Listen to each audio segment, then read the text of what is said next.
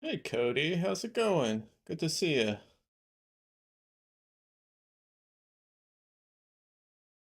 Glad you could make it. All right, looks like I'm all set up and good to go. Hopefully my mic's working this time. It looks like it's working this time, but you know, never know. Or rather, sometimes I never know. But yeah, good to see you, Cody. Hope you're doing well. Good. Got to see you on chat earlier today, uh, in the OPL stream. It's a cool community thing. I like that. I really enjoy having art communities to be part of. Not bad. You're painting as well, trying to get a first pass on the background on the fox skull. Nice, nice. Yeah. I wasn't sure I'd be streaming today, but yeah. It feeling a bit better and good enough to and I really want to keep the streams going, so made an effort. You were surprised they were on today? Wasn't expecting it. Yeah, I know Nicholas was. Um, I honestly can't remember where he was. I know Europe, like France or Italy. I can't remember. But yeah, I think he just got back.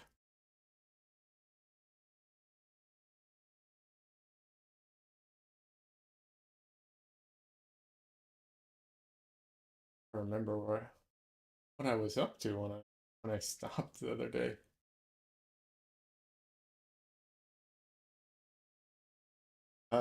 That's right. You said you had food poisoning, right? Yeah, I did. Mild case. You know, luckily, like I've had horrible food poisoning in my life. This was very mild, but I still was like, let me put it this way, I wasn't sure I would be able to spend 2 hours painting straight. So, so yeah. Um, but it's gotten better all day, so it's a little rundown, low energy. It happens.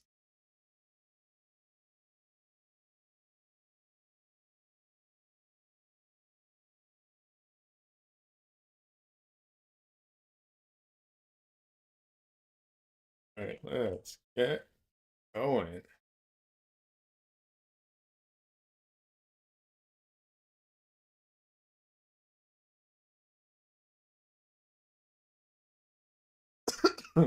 It's funny, this painting, a lot of it ends up being I think this is something that a lot of paintings, even when you're going for realistic colors, happens a lot. But you end up with a lot of colors that are just like slight variations of the same thing. Um, so I mean, obviously, that's part of painting. But what I'm getting at is that like sometimes it can feel kind of monochromatic, especially in the process of painting it. And this one's probably more than a regular painting because it is so the colors are so you know um,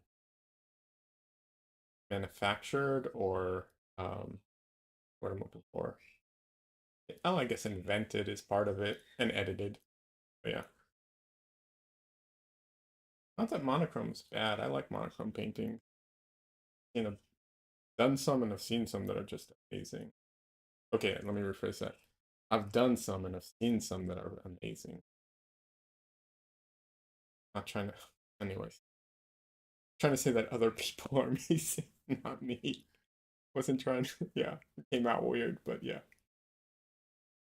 What is my palette for this one? My palette for this one is the same palette I have for almost all my paintings. And I specify that not as a like, oh, you should know it by now, but I want people to know that like you can do a lot with a very, limited palette. Like I've done so many paintings that have very, very different feels to them with this one palette. Um, a black, which black you use is not the most important. I'm using Mars Black. I've really been enjoying Mars Black. Um, I also like Chromatic Black. That's also a good one. I won't use Ivory Black on principle. Well, I won't buy Ivory Black. I've used it. It's a good black too. So, and then Phthalo Blue, um, Quinacridone Rose or Permanent Rose. It's PV19. Uh, Cad Yellow and Titanium White.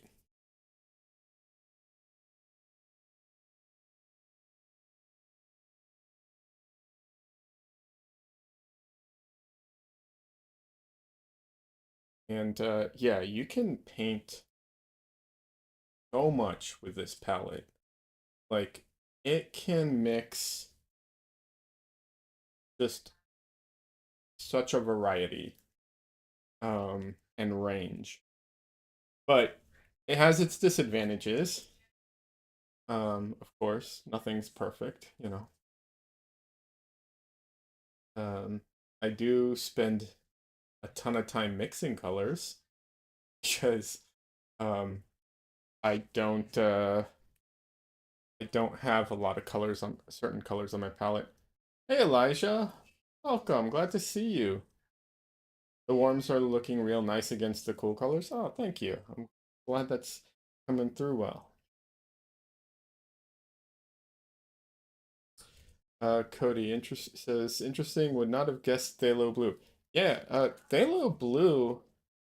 So obviously I haven't used all the blues that exist, obviously, but from what I can tell and from the blues that I have used, it is the most versatile and useful blue. It's also um it's also very what's it called? Um very strong and difficult to use. So, it has its disadvantages. Was that Dresden you heard a meow? No. Um Dresden's not in here. I don't know what that sound was. I didn't hear it, but yeah, not sure.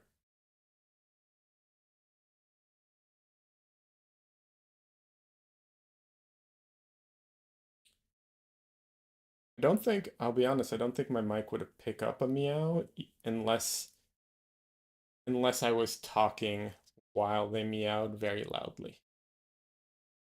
I could be wrong. Because I have software that's supposed to like eliminate backgrounds noises. But it could have been the TV that was interpreted that way. Michelle is watching TV, so it could be that. But yeah, just as a general, like I definitely want to try different blues. There's a ton of blues I would love to try. You know, don't have unlimited budget to just buy every color and, or whatever, but eventually I make my way through them. I get to them. But yeah, Phthalo Blue is possibly possibly the most useful and versatile one. It's definitely the most useful and versatile one I have used so far. Um, but it is it does like to taint everything that it touches, and its drying time is on the slower, maybe not slower side, medium, but yeah, it will leach into just about everything. Like it, yeah. So it can be difficult. I did a painting where actually I've done a couple paintings, but I did one in particular that I remember that I started with a like phthalo blue to lay in the general colors of everything, and um I like to work wet into wet, so I tried working wet into wet, and it just everything became shades of blue. Even when I was putting down other colors, it would just leach through and just affect everything. I finally I finally had to wait until it dried, and then I could start actually painting, like covering things up. So even though I like to work wet into wet, that was one scenario where I could not, absolutely had to wait for it to dry, for it to be manageable. Halo Blue is a bit of a wild horse. It is, but that's the funny thing now. So that was a slightly different palette, but with my current one, Mars Black, Cad Yellow, and what's it called? Quinacridone Rose are all very strong colors, so they actually balance the Phthalo out pretty well. Cody, you dislike it, but you don't disagree with anything I'm saying? Oh, that's absolutely fair. It's just too overpowering for your taste? Absolutely, I get that. Curious, what got you started with Phthalo? Like, was it random that you just first started? Did you just pick a blue, or was there a reason? Okay, no, there's a reason for it. I started with a very traditional palette, with you know, burnt umber, yellow ochre, uh, ultramarine blue, like very traditional.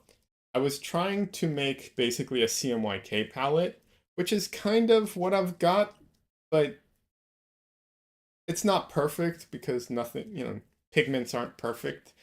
But that was originally the reason. And I actually have oh, what is the blue? I have a bunch of paints that I bought to make a palette and ended up like not using them. So I have um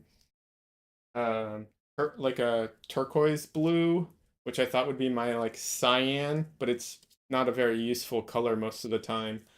Um, I have a phthalo green emerald because if you mix phthalo emerald with quinacridone rose, you get a black that's very good. Um, but then I just had phthalo on my palette only to make black, which seems kind of dumb. And then um, I also had Cad Red or Cad Red Light on my palette.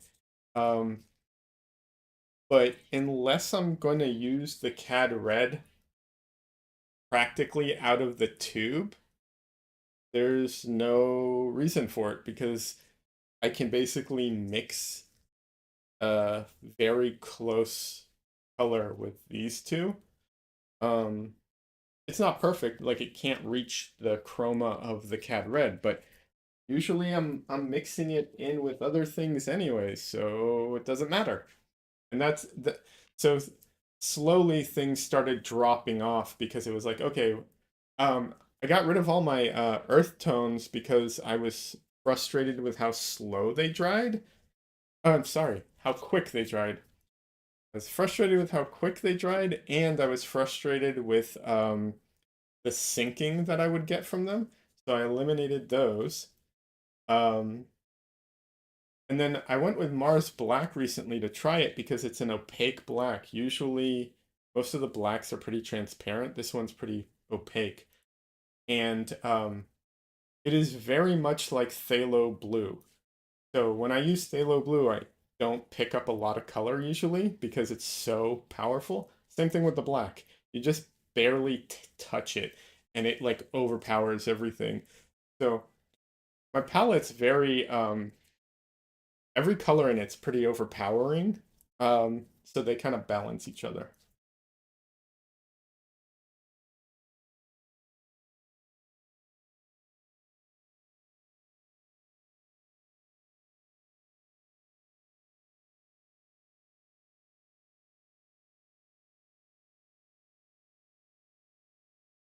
I actually have a couple other whites that I'm going to be using at some point. I have I have lead white, which I've used. Uh, it's fine. I don't care that much for it. It's also the toxicity is makes it less than ideal.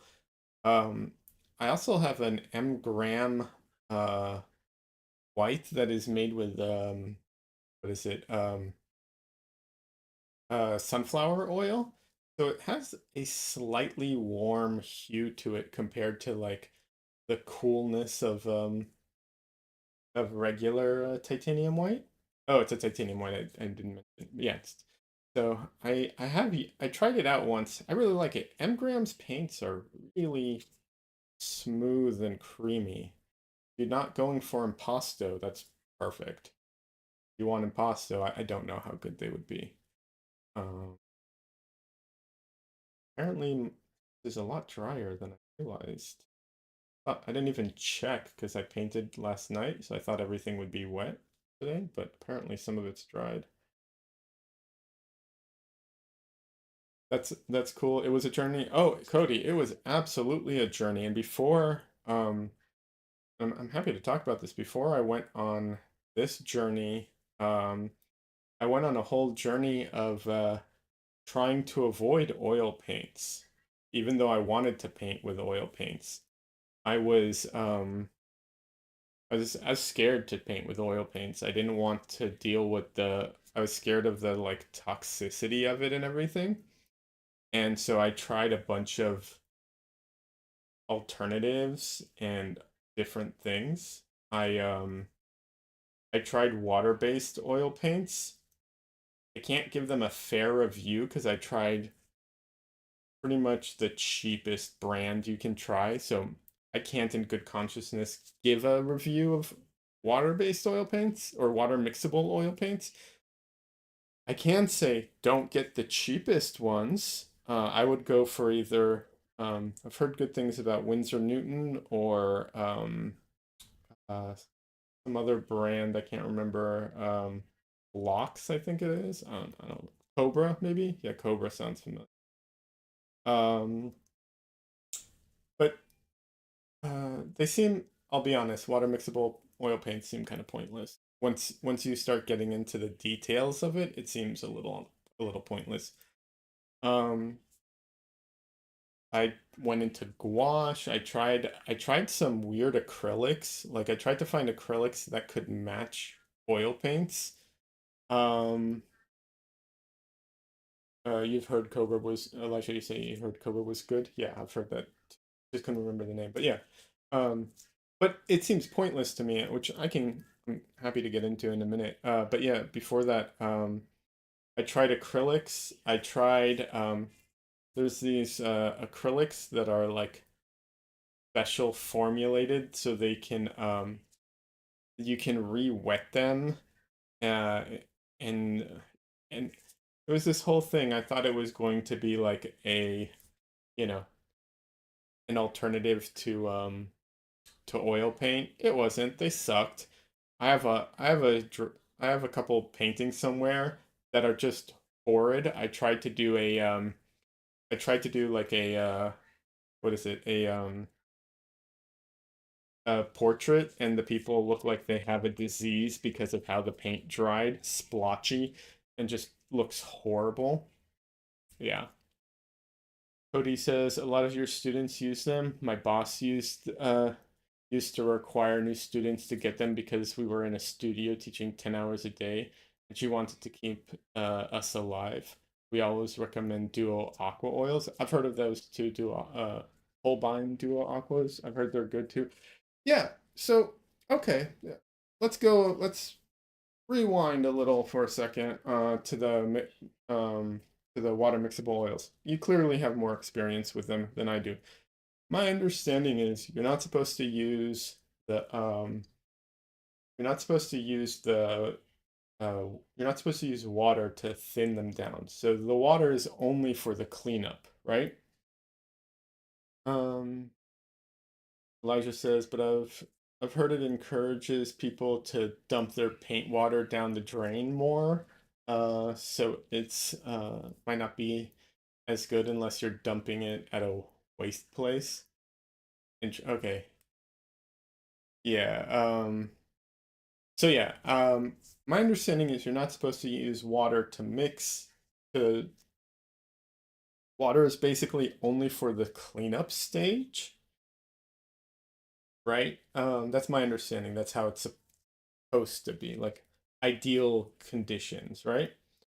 Which brings up a lot of like just so that seems kind of pointless to me, because you don't have to use um, you don't have to use turpentine or solvents to clean up. It's easy, but you don't. There are alternatives. Obviously, in a school, there's a lot more people, so it's multiplied. Um, Personally, I have a little jar, air sealed jar of Gamsol that I use for cleanup only. I swish up, I swish my brushes in it and then seal it. So it's only open for like less than 2 minutes or something like that. And then I finish cleaning my brushes in safflower oil. So it's just to get the most difficult part of the oil out. Um, but I'm not worried about um, fumes because it's so small. Um, and it's such a small container and it's only open for very limited time. Um, you see that Daniel Smith converted their whole oil paint line to water mixable oils. That's cool. Cody says you can thin them with water. Ideally, you're right, but you thin them with okay. So you're saying you can thin them with water, but ideally you don't, but you have. Okay, that's fair.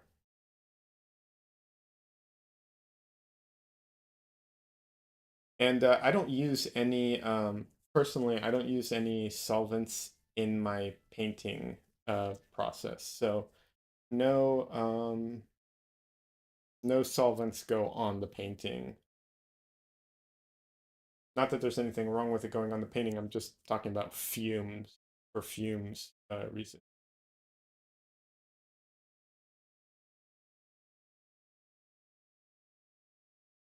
Elijah says one painter you talked to used mineral oil to clean brushes. Yeah.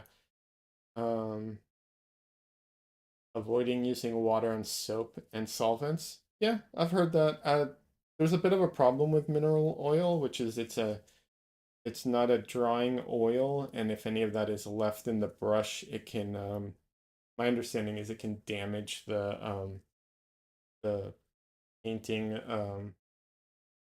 The bonding in the paint. I Safflower oil is a good oil to clean brushes with. The only problem is, unlike Yamsol, it doesn't filter out as much. Like Gamsol, all the paint sinks to the bottom eventually. It doesn't happen with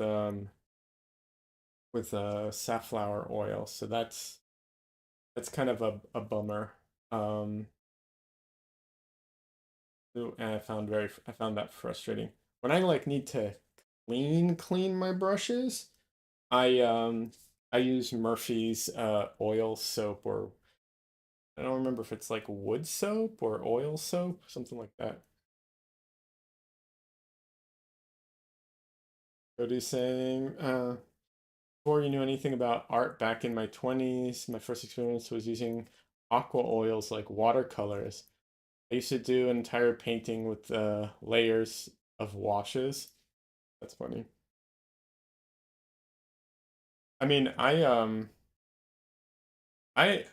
when I was in art school, I painted acrylics, um, and my teacher taught us how to paint acrylics in it was a layered system, um, that gave really great results. I just don't enjoy that process of painting that way, so I don't try to do that anymore. I also don't remember the steps exactly, being honest. I have no interest in it though. So, uh, oh, Elijah wants to see Cody's paintings. I'd be interested in seeing those too. Sure, the layered ones. Um, yeah. Yeah, I went on a whole journey to avoid oils, only to end up just straight up painting it with oil paint. By the way, a funny side note, the only time I've ever gotten like actually ill from my my paints or was um was from an acrylic. Um I used a I used an acrylic binder of some kind to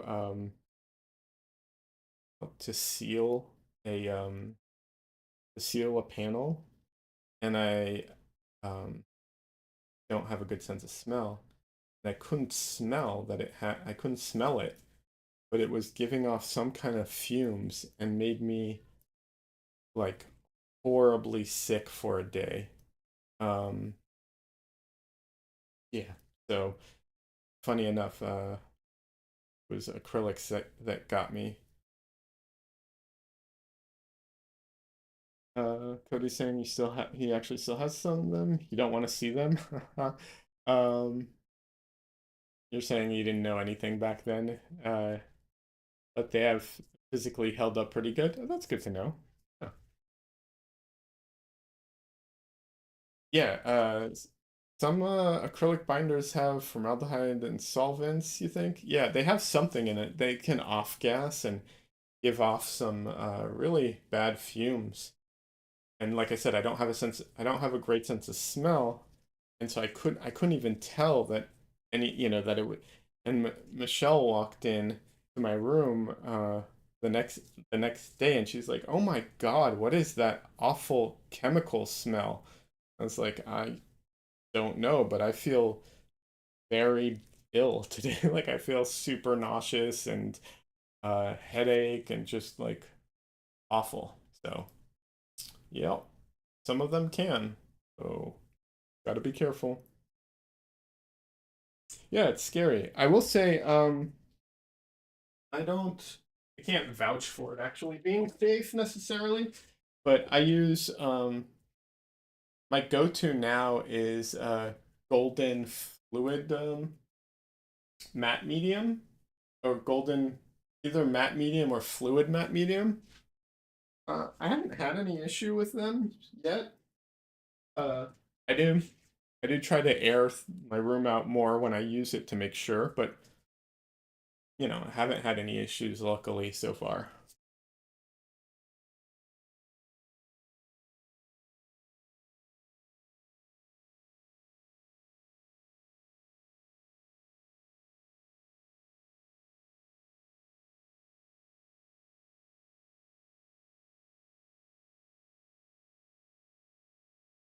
So you use that to prime your surfaces? Yeah. I'm happy to talk about that too. So yeah, I prime my surfaces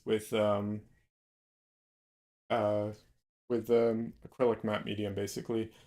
Uh, it supposedly isn't the best thing to use as a primer for what was it? For flexible surfaces. Better for hard surfaces. Um, you know, I do not sand it after. I make sure that whatever I'm painting on is smooth. I like smooth surfaces.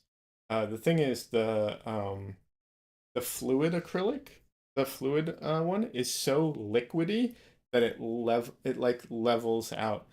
Um, I usually put like 2 layers of that, but I've used it on like thick watercolor paper before.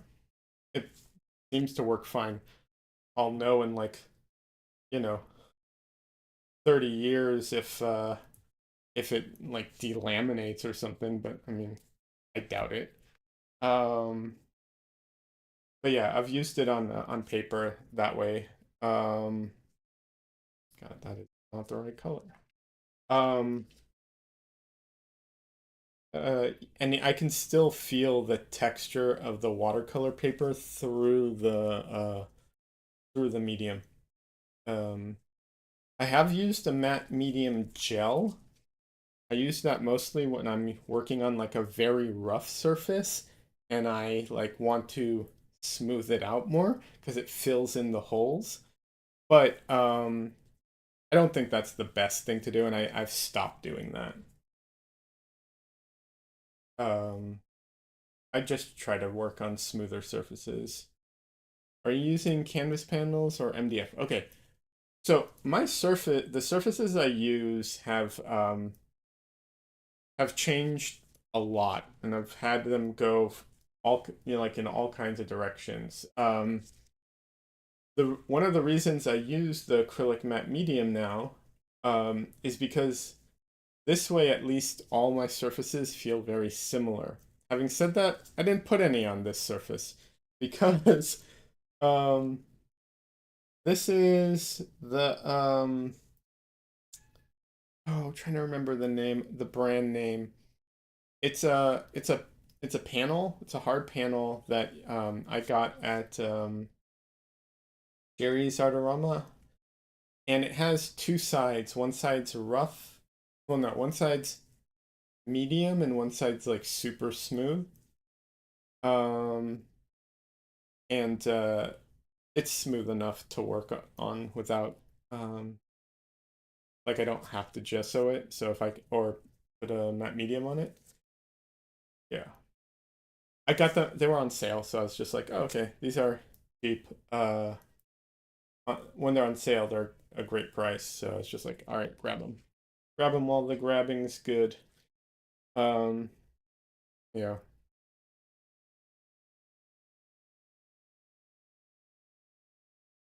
double-sided sounds nice. Yeah, it gives you options. You know, if you like slightly. I think I'm actually working on the medium texture because oil bonds physically um, with the surface, so giving it you know some texture to work with is helpful for it. Even though I like smooth surfaces, it's still smooth enough, especially compared to what I was working on. Oh my god. I'm trying to remember the name brand. They're like a quarter inch thick. Yeah. So I've worked on watercolor paper. I've worked on canvas panels. I've worked on I've worked on stretched canvas. I don't like it. I've I've uh I've bought my um I've bought my own Diabond panels and prepped them and done all that before. So done a lot. Basically other than things that are pre-prepped and I like enjoy like oh there's some panels that are like pre-gessoed that I like too. I can't remember their names right now, but um they're smooth and easy. I really I go for easy, but anything that doesn't fall into that category that I have to prep, I use the acrylic matte medium now because that way everything just feels the same or close enough, you know, to the same. And then I can yeah. So that's my go-to now.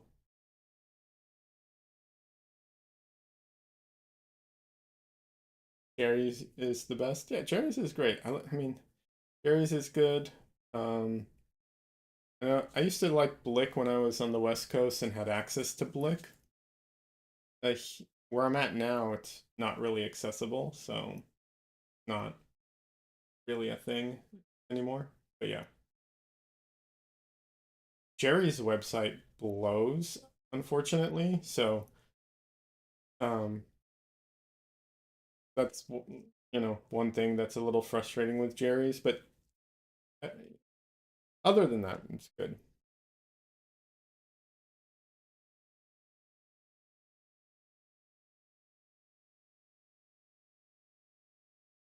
What's it called? I've also done paintings on Yupo paper. That stuff's very smooth. Like, I would venture to say too smooth almost. The scrolling, haha. Yeah, it is.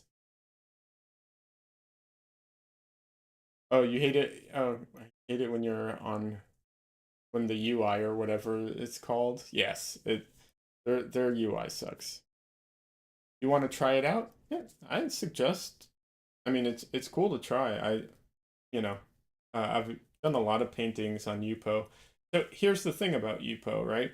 There's a few there's a few things about it that are so the archivalness of Yupo is debatable. Um, or questionable, maybe might be the right term. We're not sure. Um, that aside, it it's an interesting surface to work on. I worked on it a lot because it was so you um can buy trying to think it's 20 by 25 inch sheets of Yupo. Uh and they were on sale. And so it was like trying to remember how many sheets it was, what the price was. I can't remember right now, but it was like 10 pack of those for I think it was maybe $40. I can't remember. Um and it's a good size and you can cut them down and they're fairly thick. They don't warp under the paint, at least not under my paintings. They don't warp. Um so it was a good surface to like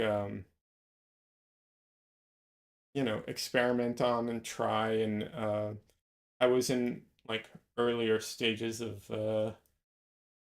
my painting career or development, however you want to call it.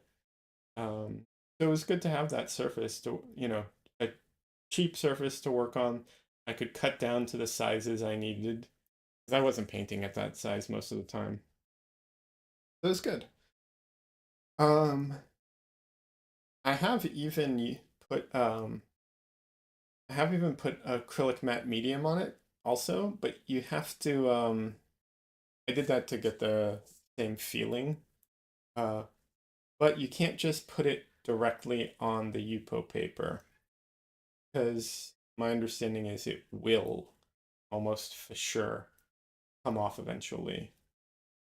Um, so I I sanded the paper. So no, not sanded. I scuffed it up a bunch.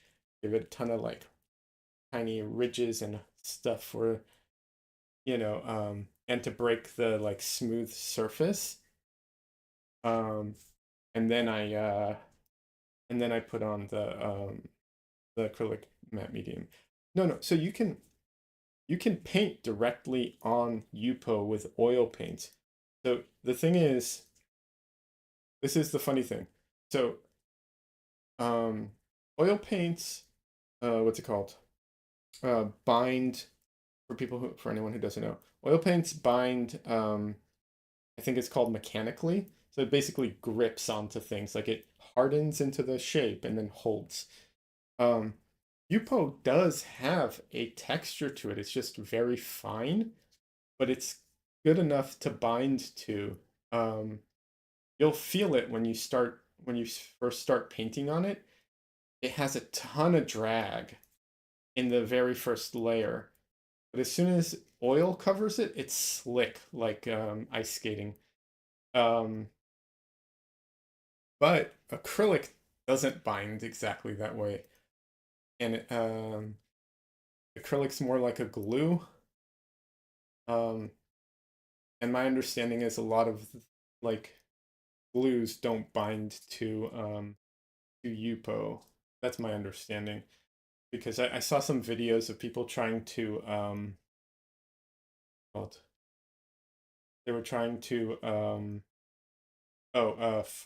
hang Yupo paintings up.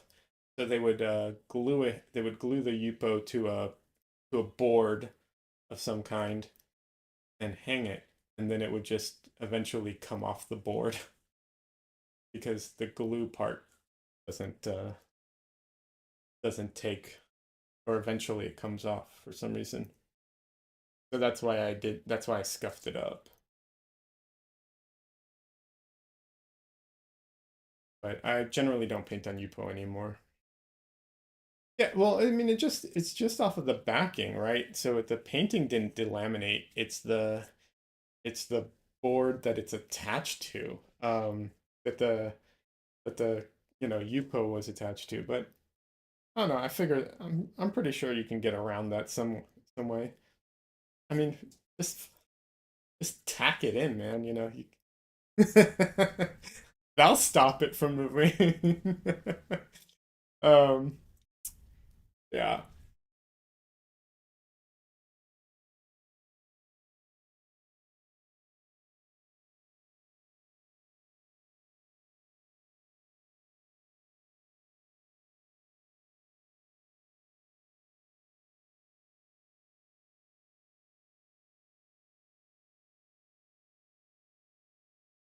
But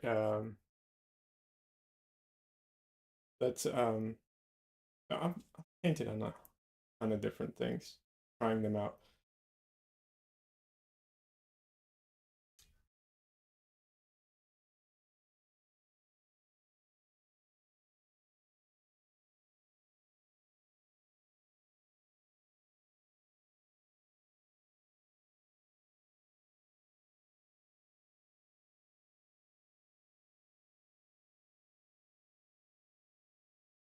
Another problem with Yupo paper is that it is another reason it's debatable if it's archival is it yellows when exposed to sunlight. It's a plastic, it yellows. The reason it's debatable is because that's when it's exposed to sunlight directly. Well, what happens when paint is covering it, right? I don't know. And and it's not in direct sunlight, but like, just in a room. Like what happens to it? Not, not clear. So not the perfect surface.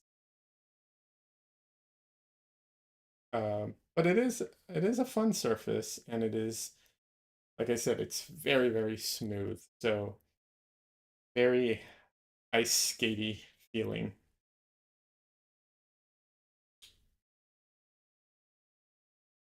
Yeah.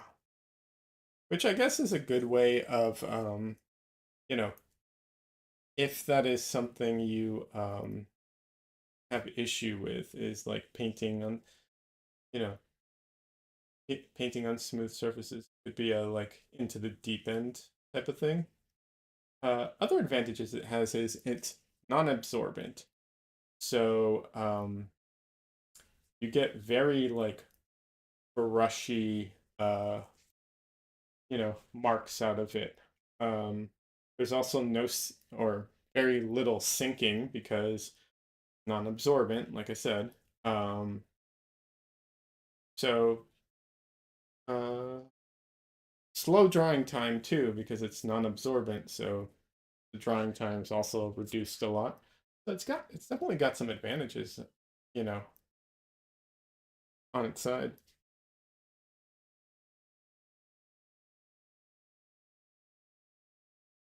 It just depends if you like those advantages or not.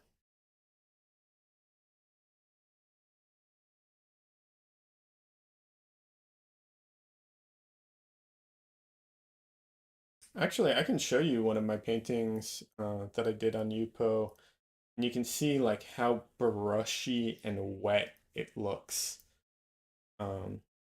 I'll do that in just a minute.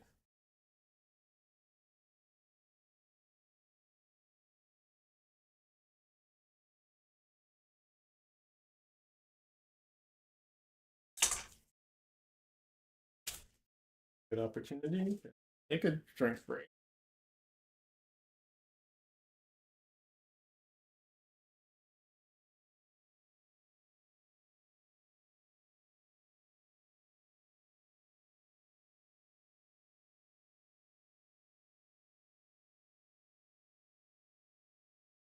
So here we go.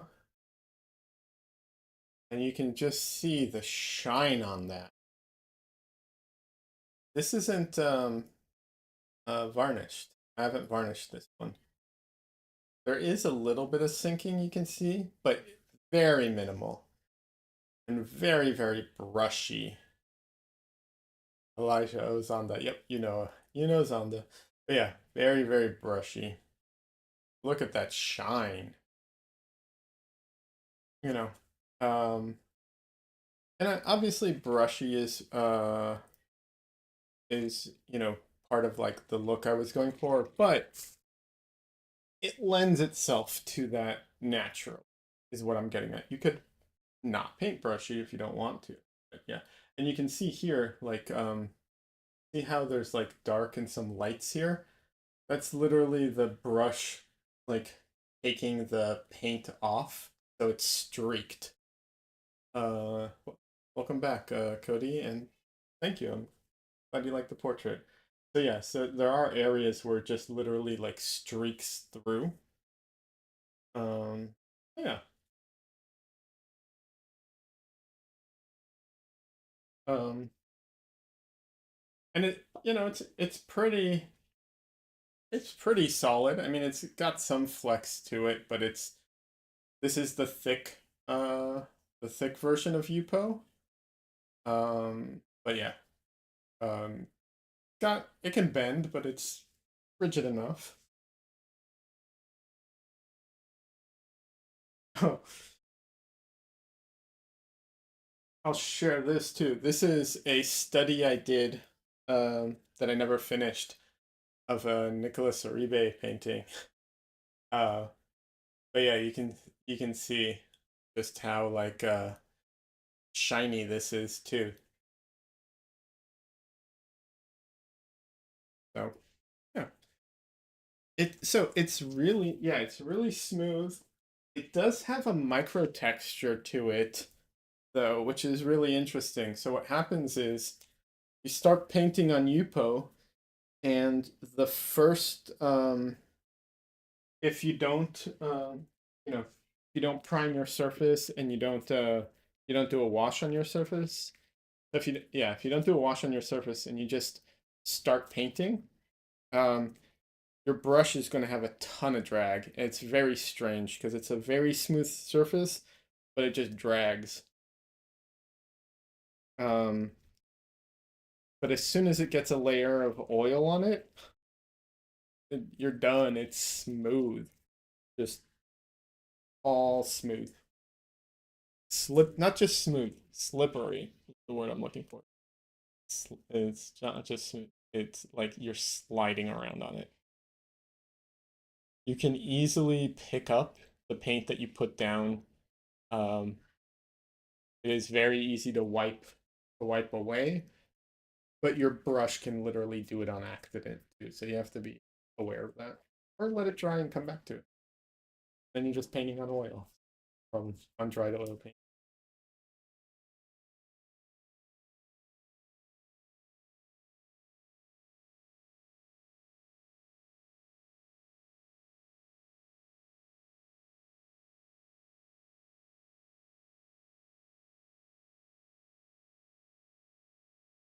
So I can definitely feel that today I'm moving a little slow. So, um, not saying I'm not making any progress, but I can definitely feel like today is not the like what's it called? One of those days where I'm just going to like power through a ton of the painting one sitting, which is fine. I just noticed it and commenting on it.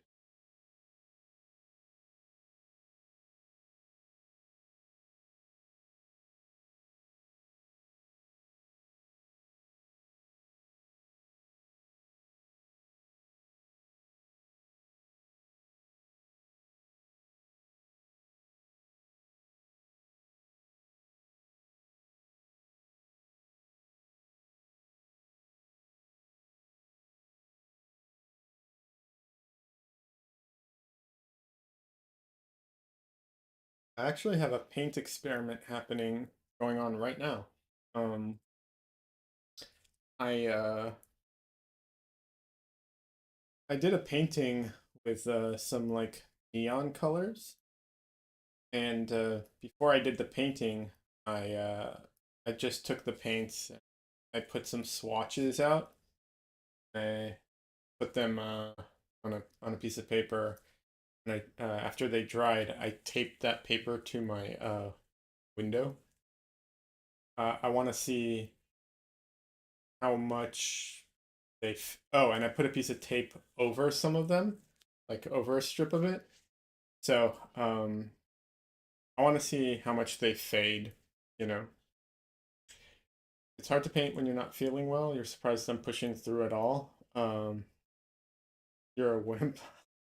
Ah, yeah, it is hard. And you know, after a day of working, I also work when I was working today. I'm definitely feeling the fatigue. So definitely like low energy. But um, if I paint today and I paint on Wednesday, sorry, not paint, if I stream today and stream on Wednesday, that will mean that I have streamed consistently for the last, I think it's 5 weeks, uh, which I want to hit that goal. So I'm just like, okay, it's gonna be kind of a shorter stream today. I was like thinking maybe 2 hours probably. You know, I think that's a good, decent stream, decent painting session kind of thing, like a after work painting session kind of thing. So yeah, I will have to be in a horrible condition to not paint on Wednesday because I really want to hit that 5 weeks. Um, yeah, YouTube goals, absolutely. I'm happy to talk about that. I definitely have goals with with YouTube streaming and YouTube in general that I'm trying to hit. But yeah, painting with my foot from bed. Yeah, I'm gonna have to be like really bad to not stream on Wednesday. I definitely want to get that consistency going. There is in September, there is a weekend where I won't be able to stream because I am going to be visiting family, so I'm going to be traveling. I think it's the I will miss Sunday and Mondays that week. What can you? But yeah,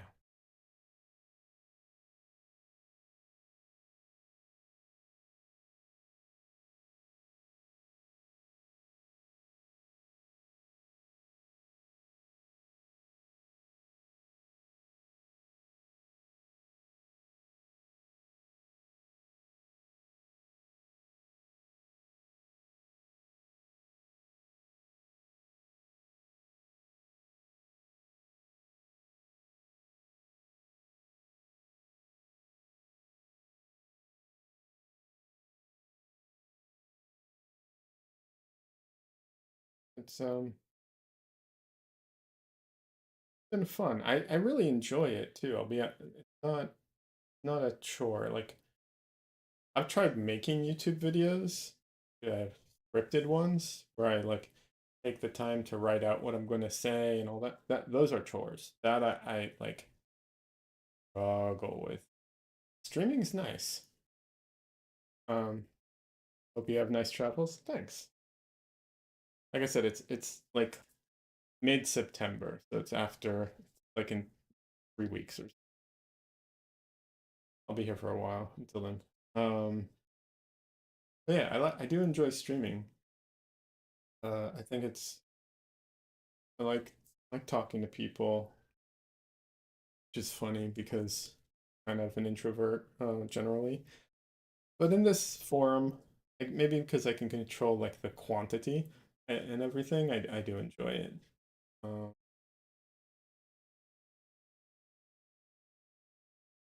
uh, um,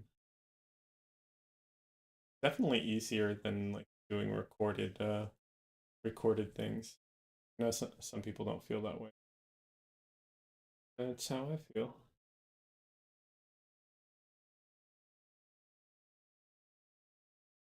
Yeah, you like the chill vibes you have through the stream? You can't do that. You would be nervous.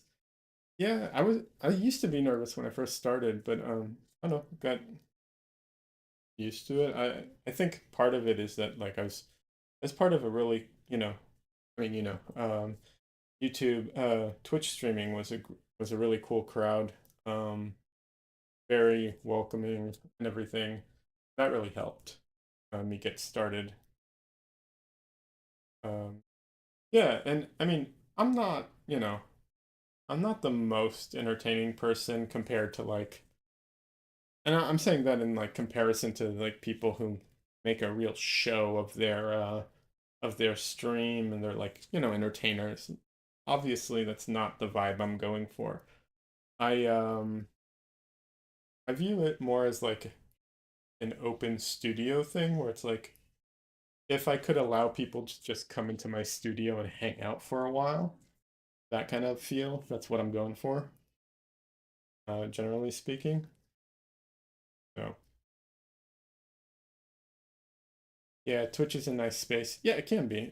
Certain parts of it, certain parts are not as nice. It kind of depends. But yeah, the Twitch art community is awesome. The only reason I switched over to YouTube, um, I've talked about this recently a lot, but it just feels like for traditional painting, YouTube is more the space for it. And I thought I'd give it a try. Plus, I know a bunch of people on YouTube who I'm hoping eventually to uh, collab with and stuff like that.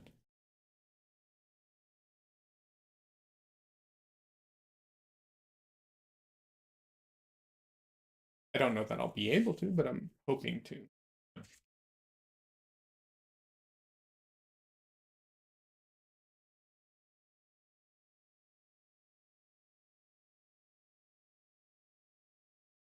But yeah, also Twitch has been lately.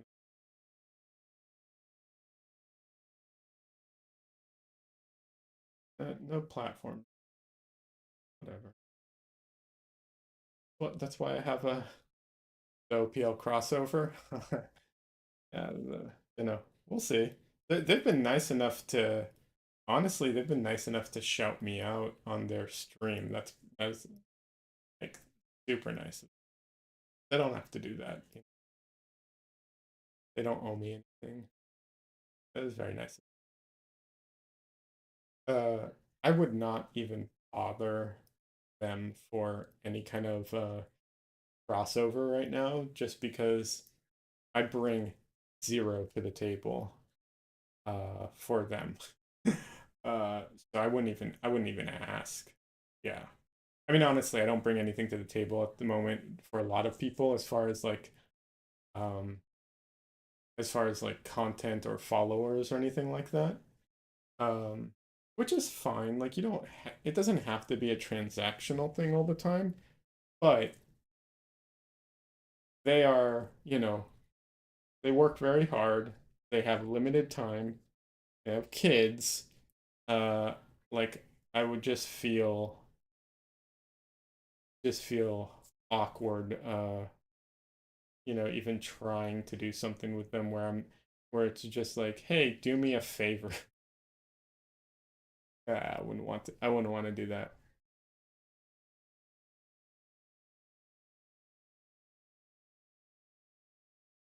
You don't think they're the type of people to ask you to bring something to the table? No, they're not. Uh, like they might be happy to bring something to your table. Yeah, they are. They absolutely are. They're super sweet and super nice. I would feel uncomfortable because I know that they work like crazy. Like I know I know how hard all of this stuff is. And I know how much, they do. And I would not be comfortable with it. Does that make sense? They would not. They, I have no doubt. They seem super chill, super nice. Like, if they could, I don't doubt it. But personally, that's the kind of how I would feel about it. I'd feel bad doing that. I wouldn't want to. Yeah, that's fair. You get it. Yeah.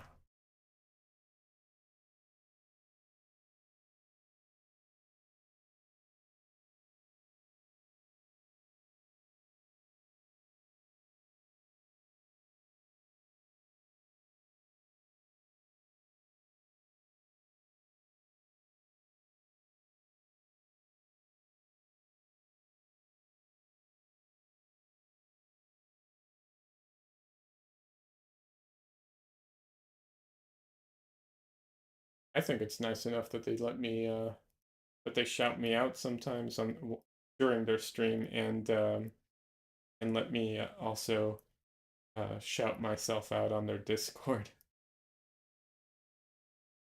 Uh, yeah, so I'm happy. I'm happy.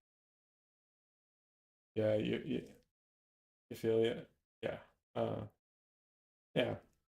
I think most people can understand that feeling.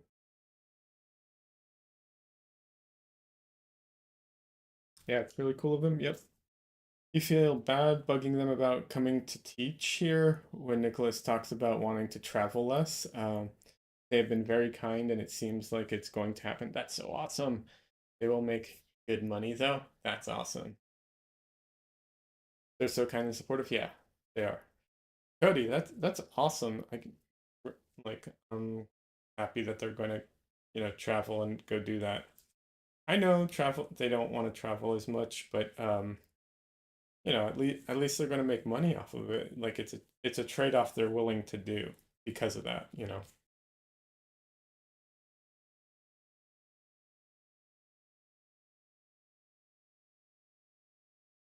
So yeah, that's awesome. I am jealous you're going to get to like basically have a class with him or a workshop with him.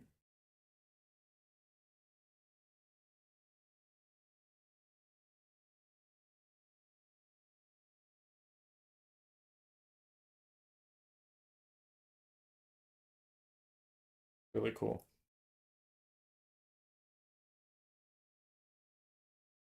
I'm hoping to what's it called? I'm hoping to take their online workshop at some point.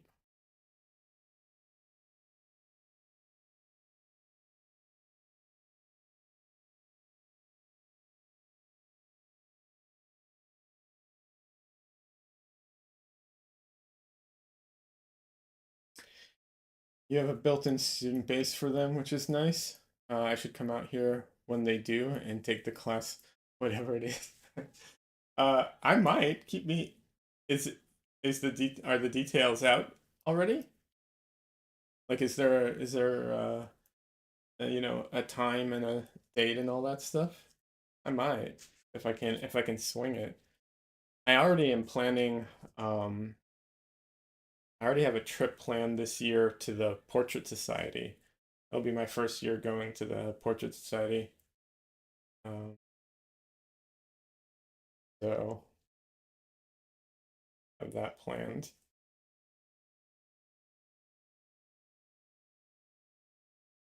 Not this year, next year, but in my head, it would be really nice to take one of their classes. Yeah, it would. They they will have an online class again. They've had two already, Elijah. So in case you weren't aware of that, they will. No details till he winds down his workshops this year.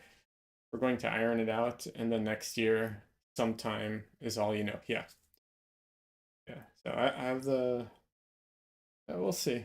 You know, schedules are, see what they are.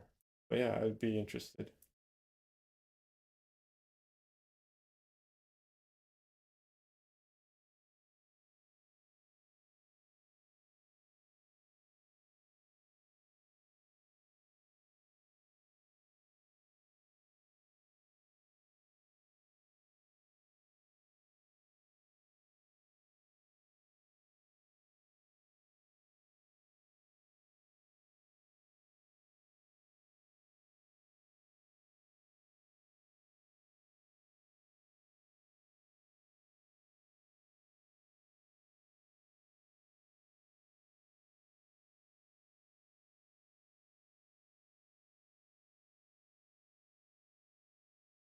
I have to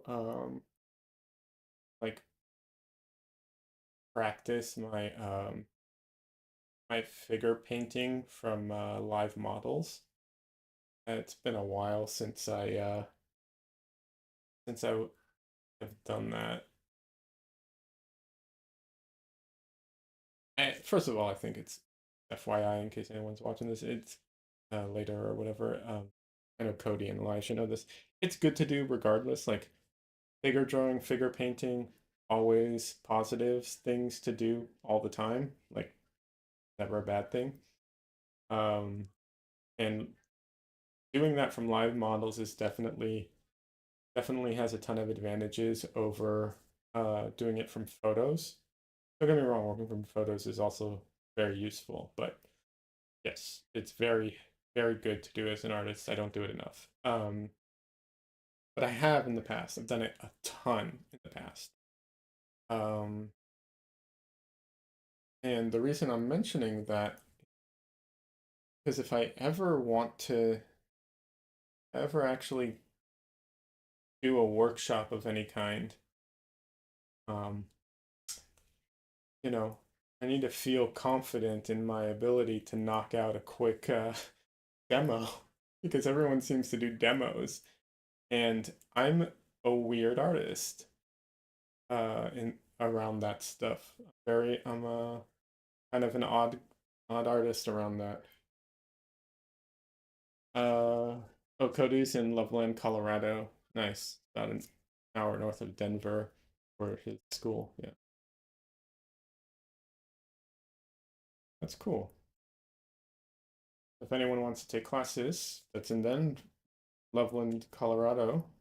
Um, what's the school called? Do you wanna advertise it? More than welcome to put the name.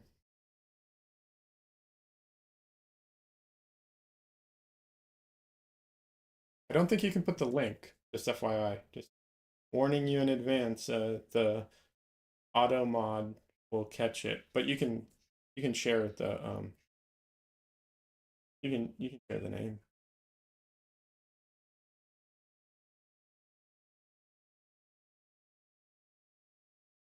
But yeah, um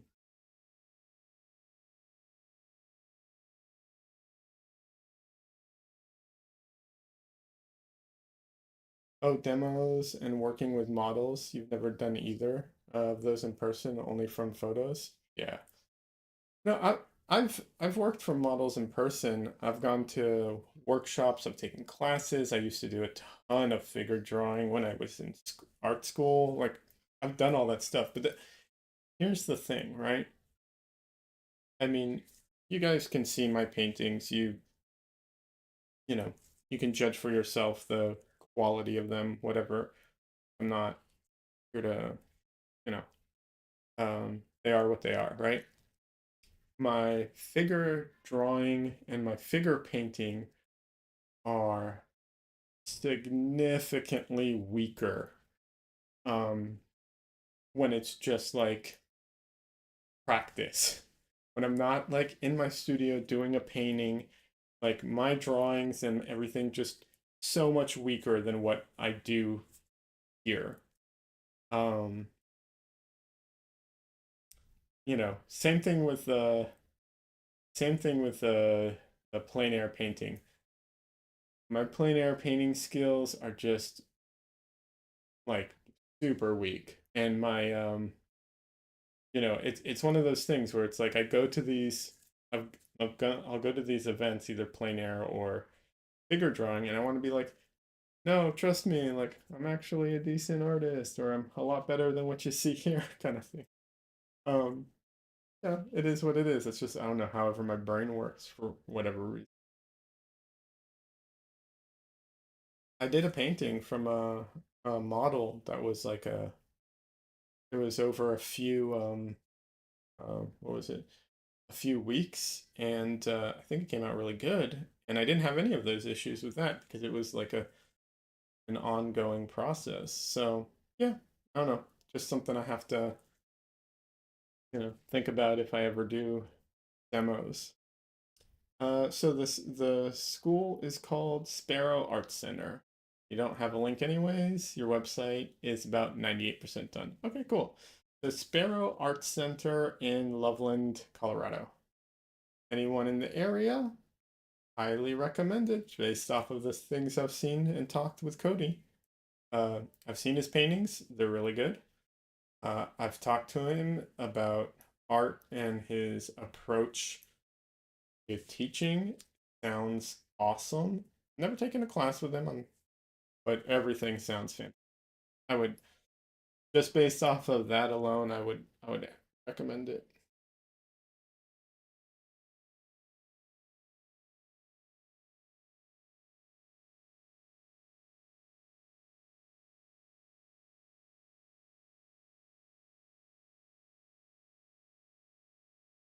But yeah, it's kind of funny. Um, I've gone to these. I used to go to this figure drawing place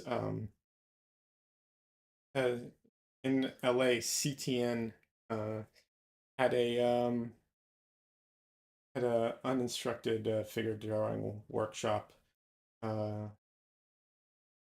and they would have usually I think quick sketches, and the models would come and they'd wear costumes and everything. And for anyone who's not familiar, CTN is tied to the animation industry. Can't remember the acronym stands for, but it's tied to the animation industry. And some some people, some professionals would come in, like animators and stuff, who who have been animated, who have been in the industry for years and years and years.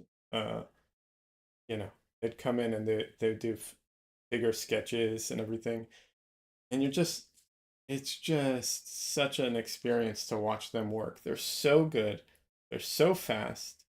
Um, yeah. I also went to some demos there before with like Sam Mitchlap, who is a fantastic artist all around, great painter, really cool guy, very nice. Um, so yeah, it was fun to go there. But yeah, some of those people just like knock stuff out, and you're just like, oh, that, you know, and it's funny because you know, I'm not trying to like talk myself up here, but I know that to some people, like I know some people like my art. You know, obviously people are here, assuming not just because they like me, but because they like my art. And no matter how good you get, even Nicholas Uribe is like that. No matter how good you are, like there's always someone who you're just like, oh my God, how do they just do that? So one of those things in art.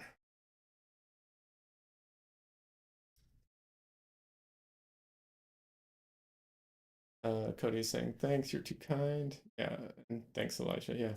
Hey Don Lee, welcome. You like my art? Thank you. Glad you like my art. Appreciate Don Lee.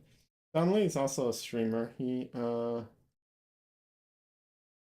think up until now primarily streams on Twitch, although I get the feeling he's gonna make an attempt at YouTube soon. He's a digital artist for the most part. Not trying to pigeonhole you, I don't think I've seen you do traditional art. But fun streams. Has a really cool community. Um, and his name is Don Lee underscore O on Twitch. O is OHH, if I remember correctly.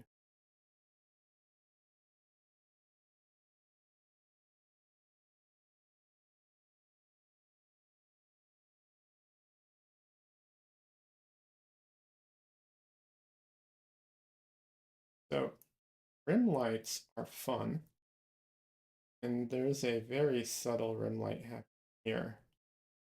But the thing with one of the things I try and do with rim lights, I'm not entirely doing it this one because this one has some actual light in it, not just it's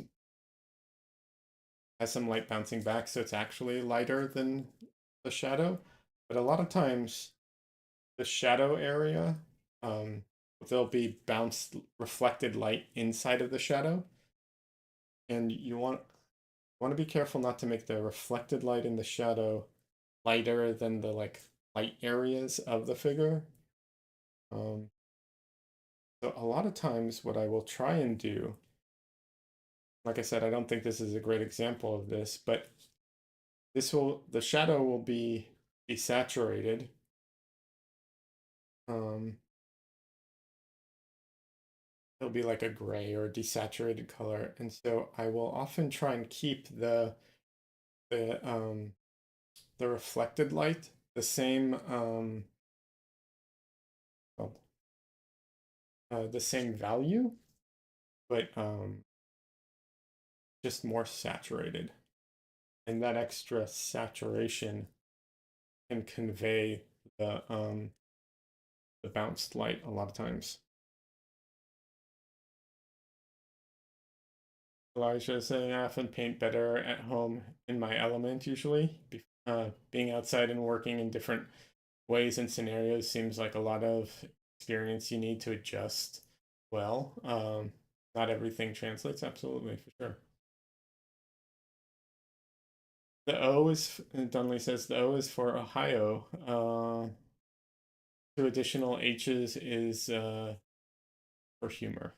Uh, a chat joke, a chat joke made uh, reality. A chat joke made reality. Got it. Yeah.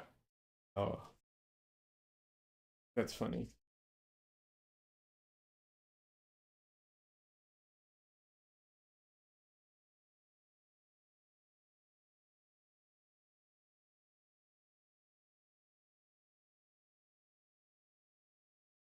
Actually, there's a place where I might try and do the thing I was talking about with the shadow. So here, this area is a both a form shadow and a cast shadow. And there's some, it's not perfect, but there's some bounced light inside for the ear, which is about here. Um, and technically, I think it's lighter than the shadow area, but because I'm trying to compress things, I'm going to try and see how it looks. I'm going to try and like merge all those shadows together and have the ear be mostly a issue of saturation versus like actual light, making it lighter. At least I will attempt it. If I don't like it,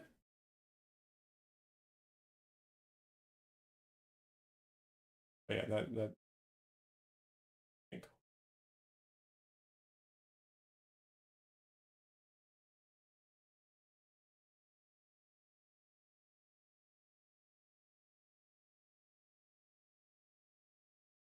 gotten a lot better at um controlling my values uh and saturation uh, over the years, and doing those single value paintings I think also helped a lot.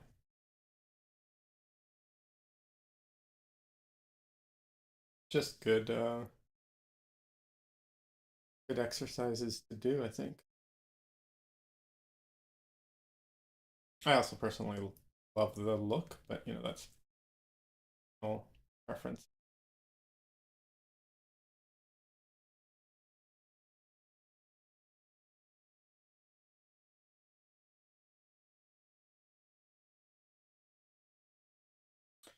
Yeah, Elijah, I didn't know that the O was for Ohio either. In boat there.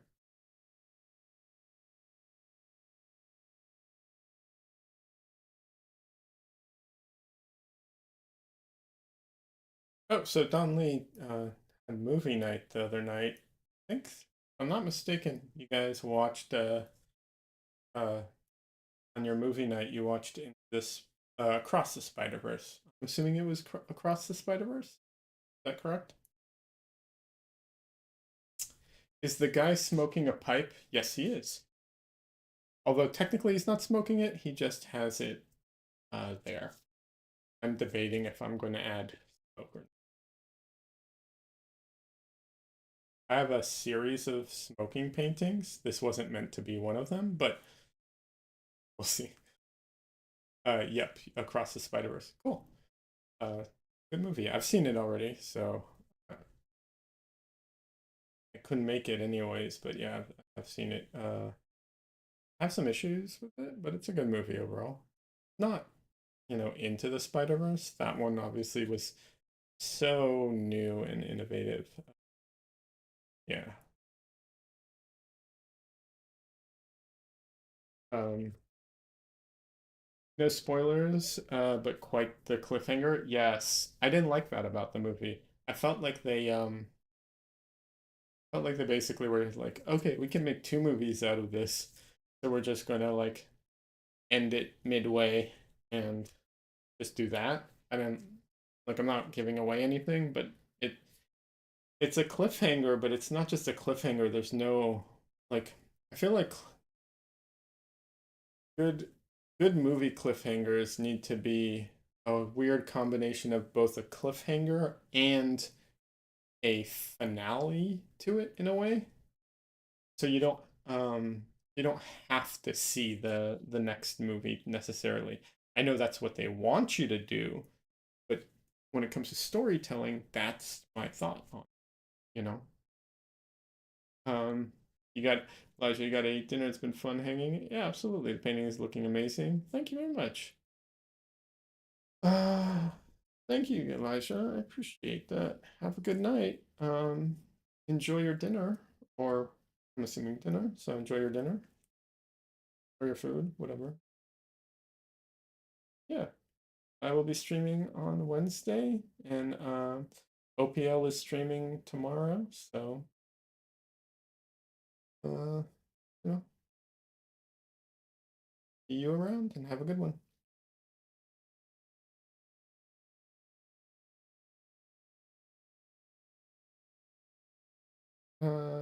Donley, you streamed today, didn't you? Am I getting my days mixed up? Cody, unfortunately, I have to take off too. No problem. Got to get up early. Good chatting with you. Yeah, absolutely. Like I said, today's I know Mondays are kind of hard for some people, like scheduling wise. Have a good night, by the way. Before you go, thanks for stopping by. Have a good night. It was great chatting with you. But yeah, I know Monday nights can be kind of an odd time to stream or an odd time to watch for some people. I also work odd hours, like late hours, so streams start later than most. You streamed yesterday evening before the movie. Oh, that's right. I I shared it on Twitter. That's what it was. Yeah. Um, yeah, it was yesterday.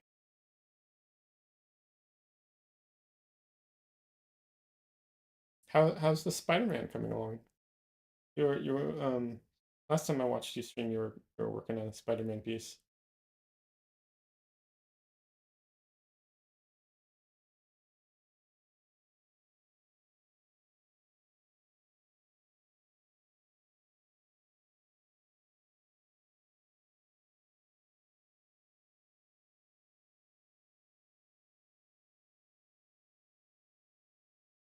Lisa, just change your sleeping schedule to wake up at 5 a.m. Gross, I'm so sorry. Um, Sunny could paint before so you could paint before your kids get up, so it's self-imposed. But you're sure you'll catch me at OPL? Yes, and my Wednesday stream, yes.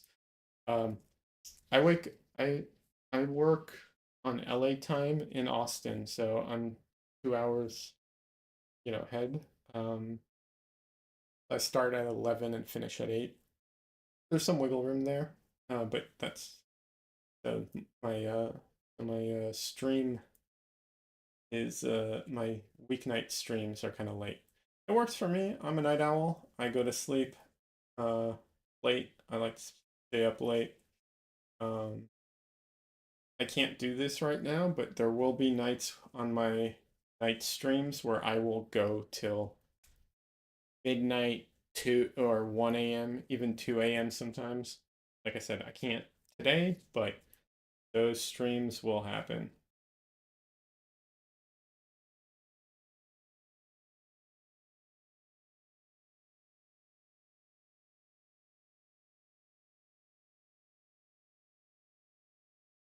But that's great. I think if you can paint in the morning and it works for you, good for you. I think that's great. He may have gone already, but if he hasn't, yeah. And anyone who's like trying to get paint and has time limits, absolutely, that's the approach to have. Find the times that you actually I can talk about that for a little bit because I do work full time. Um, and I do have obligations that are unrelated to the streaming, so on. And finding time to paint is very challenging. Um,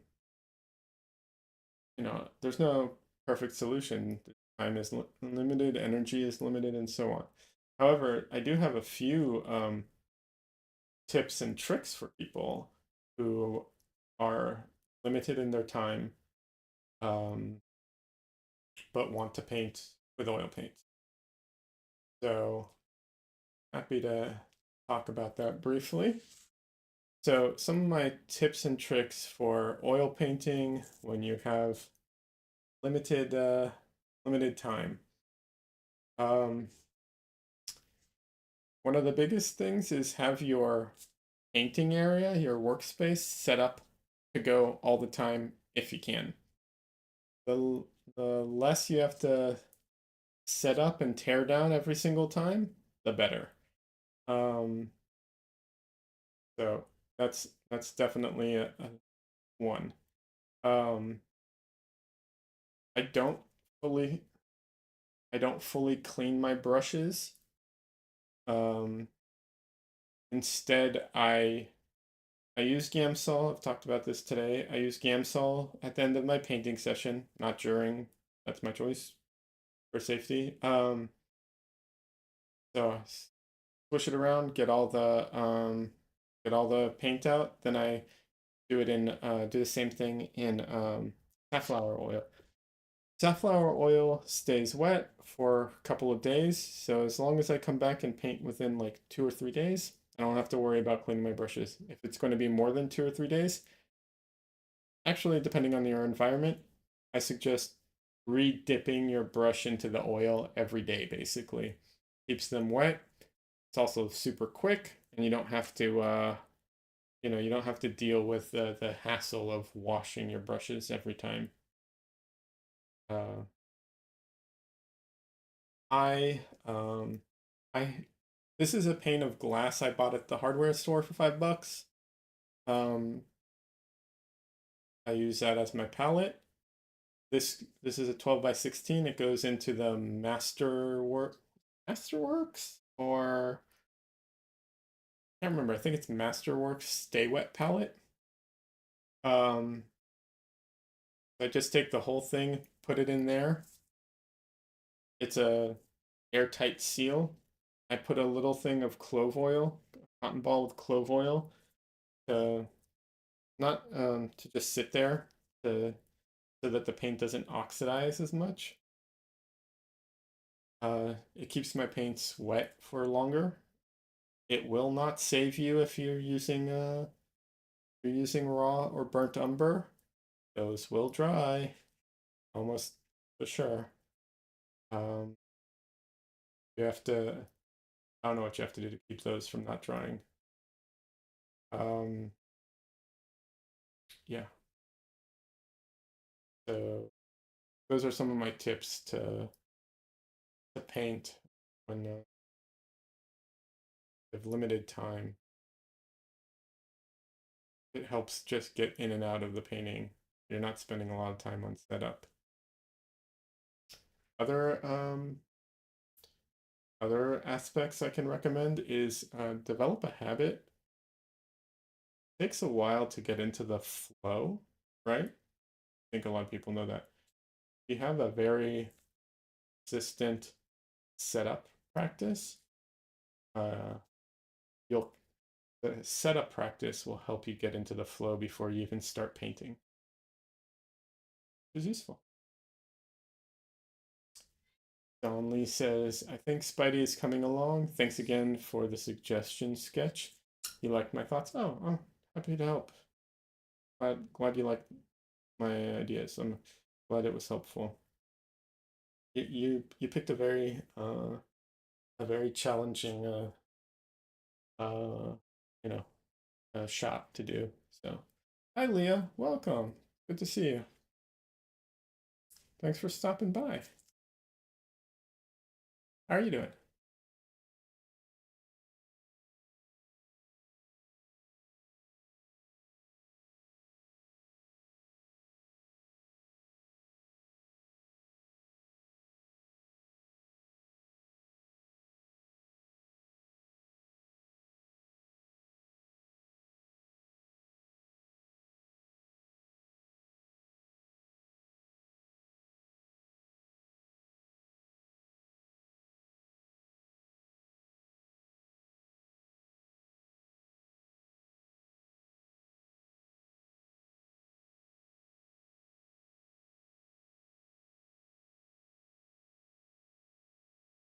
Her dress has like a ton of like little ruffly thingies over here, and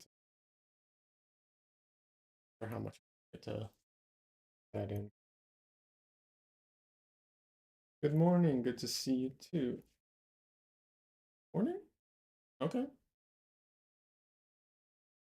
Donley says, I made the pose from scratch. So um my pain is all my fault. Yeah, oh your pain is absolutely all your fault.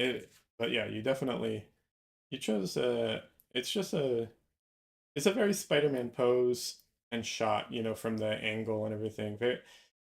Very challenging, perspective. Not one you see a lot, so yeah, it's definitely challenging. But it looks good. Leah says, I just woke up. I got it. Good morning.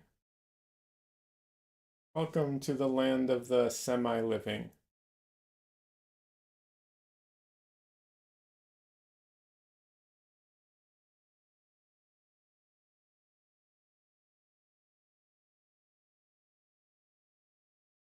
I say that for two reasons. One, when I wake up, I'm not a I'm not there when I wake up. I'm a zombie. One. And two, I feel like um what's it called? I myself am having a bit of a rough day today, so I'm not like at my uh peak. So semi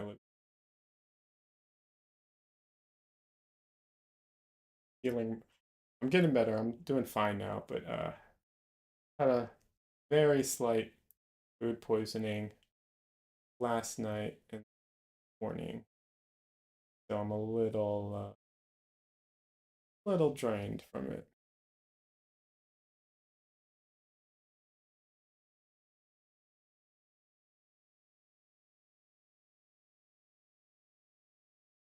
Guten Morgen.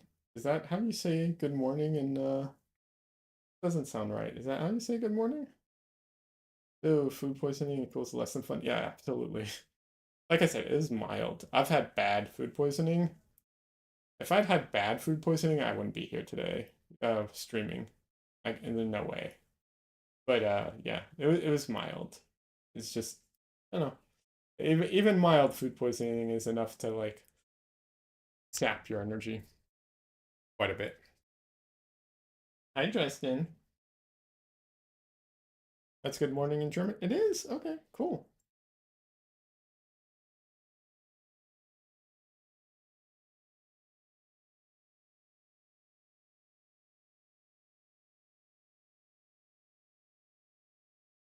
Hi, Justin. Okay, I'll do a Justin cam for a second. Little boy. Learned I need to a little Justin.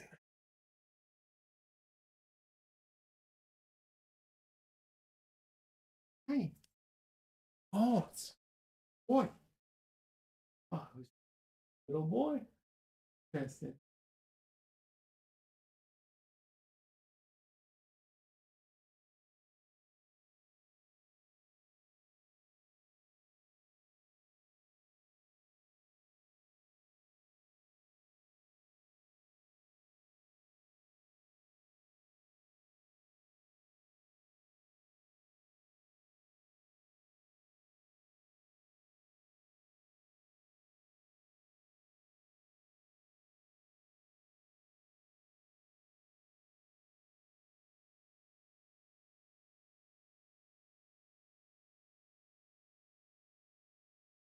Come on, Justin.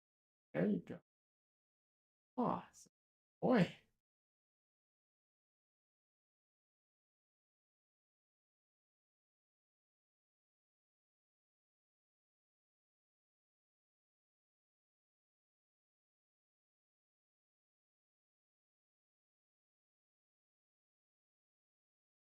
Okay.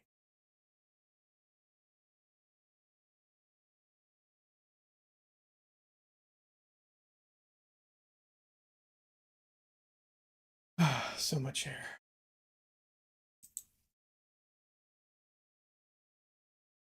Not that you speak German, you just know enough bits of the other languages to get you into trouble.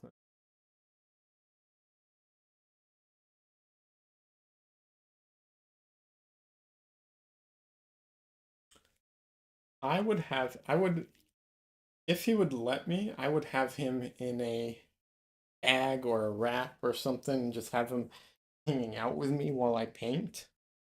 I'd have him on my shoulders if he would do it. Like if he'd cooperate, I would have him with on me while I paint the whole time. He won't though.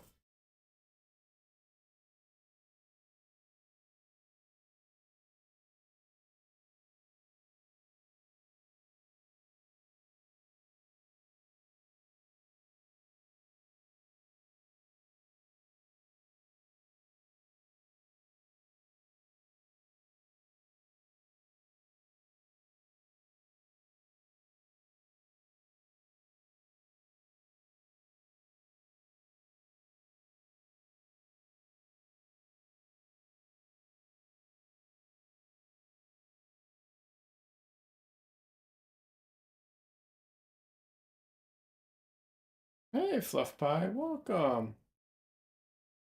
Good to see ya. How you doing?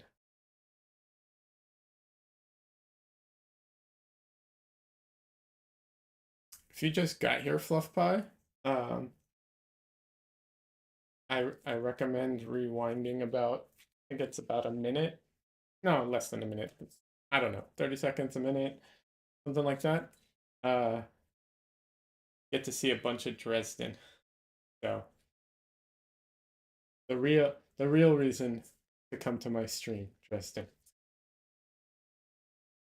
I'd carry Dresden around on my back. Keep in mind that the next time you see my Spider-Man drawing, I will. I will. And yeah, I totally would. I would have Dresden like on my back or in a satchel or something like Absolutely. If he would cooperate, I absolutely won't though. He's very frustrating that he won't. Hey Richard, welcome. How you doing? Good to see you.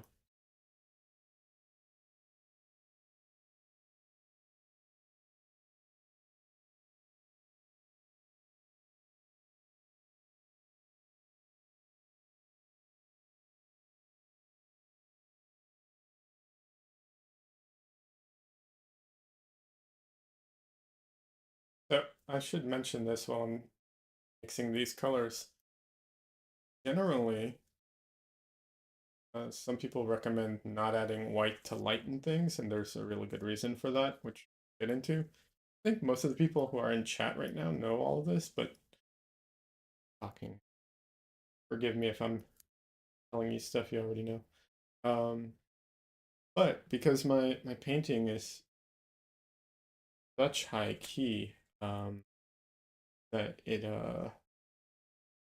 and everything is so compressed, both in value and in saturation, it works a little different, and I end up having to use white to lighten things up. Is Dresden my cat? Yes, Dresden is my cat. We have three cats. Dresden is one of them. We have a special connection, like my little boy. Um, yeah. I was, in case you just got here, I was showing. I actually picked him up and had him on screen for a little bit, so you can rewind YouTube and see him. The He's a big ginger boy. Well, he's not really that big. He's just very very fluffy. He's I think only like 10 pounds, so not that big, but he's just so fluffy and long. Yeah. We also have a dog, so three cats and a dog. And yes, that is a lot and more than I originally wanted.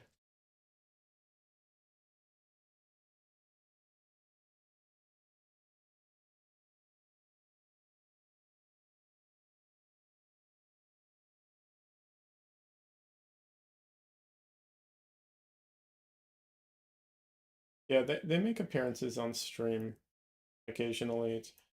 It's a type of thing where it's like I'm not going to go chase after them most of the time to bring them on stream, but if they come in here and want attention, I'll take a short break and you know give them a little attention, put them on stream. Yeah.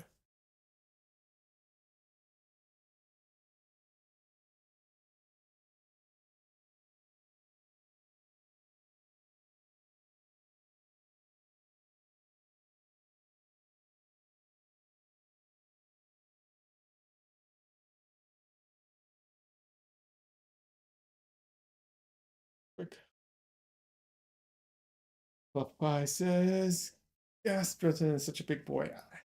Yeah, like I said, he's not that big. I mean, I've heard of cats being very, very big, like weight wise, but he is large.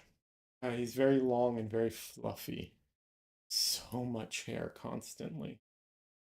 God, there's a reason I have brushes like around here, so that whenever he comes by, I can brush him a little opportunity. But yeah, he's so cute. Yes.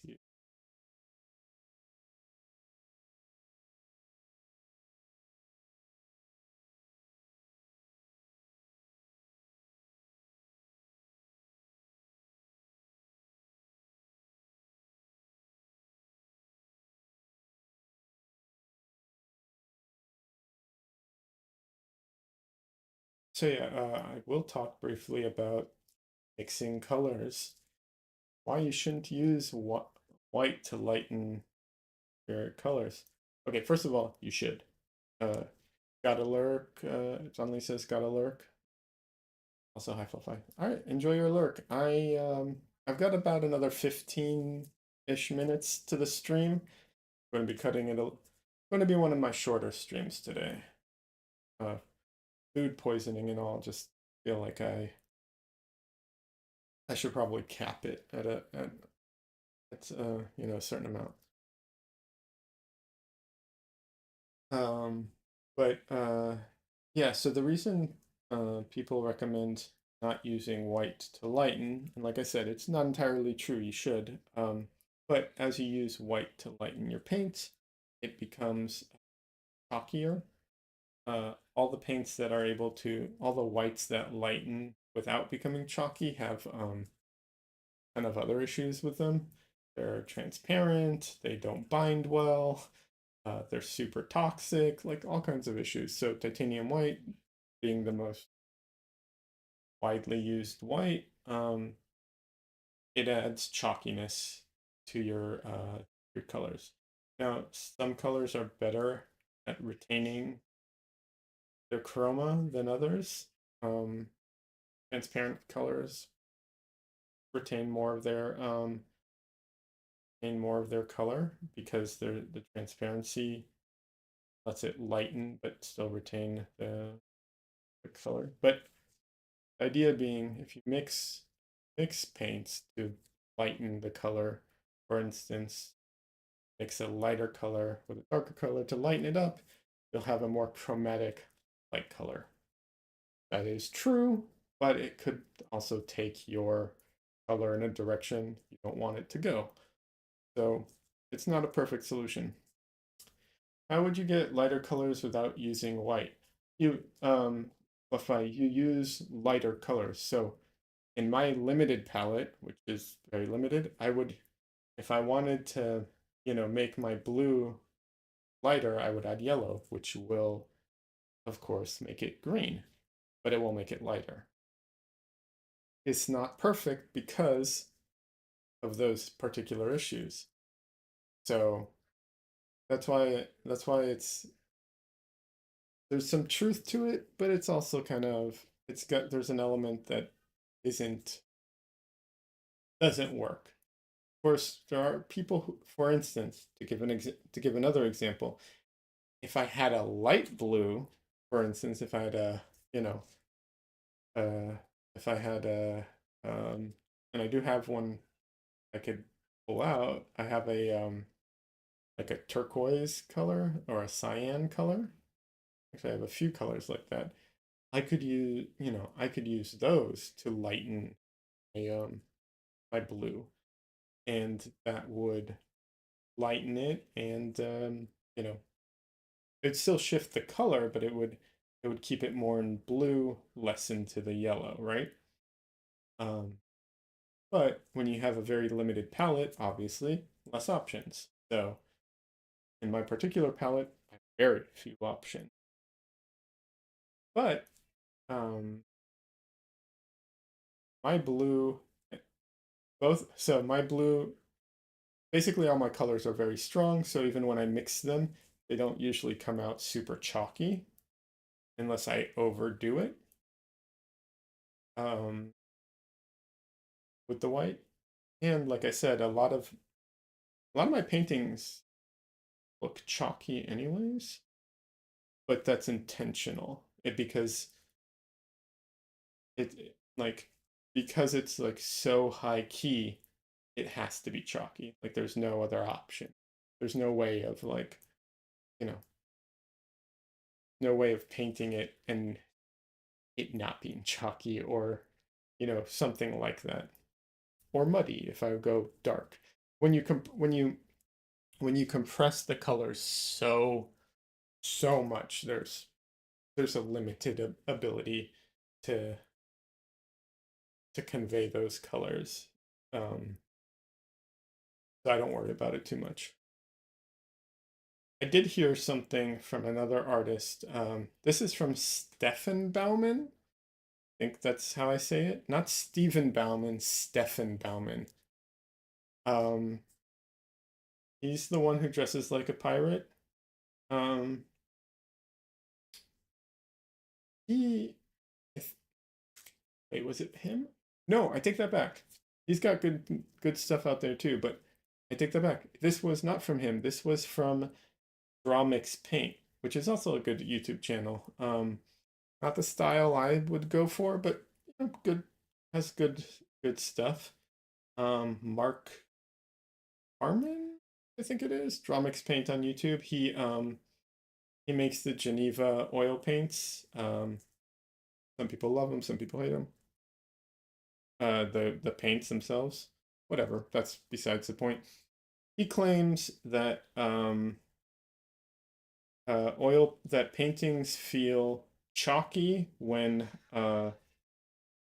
you have Mark Carter. Thank you, Richard. Thank you. That's right, Mark Carter. I think it was him. Like I said, it could be Stefan Baumann. But the idea was one of them, I think it was Mark Carter, said that paintings feel chalky or milky um, when when you add white to the shadows, and when you is one, and two is when your lights are cool and your shadows are cool. So, and a painting feels muddy supposedly when uh, everything's warm. Your lights are warm, your shadows are warm, everything's warm, ends up feeling muddy. Like I said, I'm not 100% on that. I haven't been testing, so sounds close to right. It's one of those things where it's like it's probably right most of the time. Sounds like Stefan Baumann. It could be. One of those things where I'm like, this sounds like it's right most of the time. I will say this, Mark Carter is very much against using white in shadows. His paintings are very dark. They lean way more into the darks. And so to avoid he does refer to it as milkiness. He doesn't like to like touch the white in the beginning of his paintings, and he also uses multiple brushes for like different you know he'll have a brush for warm colors and a brush for cool colors and so on. um he's very methodical, but like I said, also very very dark paintings generally. um yeah, like I said, I don't concern myself with that too much. um but yeah, a lot of landscape painters do the warm, cool shadow light splits. Yeah, a lot of yeah, I've seen that. A lot of plein air painters do the thing where they'll do like a purplish, like a what is it? Is it violet or purple? Whichever one leans more towards the red. They do that in the shadows. I have mixed feelings on it. Um, yeah, that's how I can put it. Sometimes I love it, sometimes it's not my favorite. Overall, it's not, I don't know. Like I said, I have mixed feelings about it. Um, but I'm not a landscape painter, so I'm not, you know, like, I'm not the go-to person for that, for sure.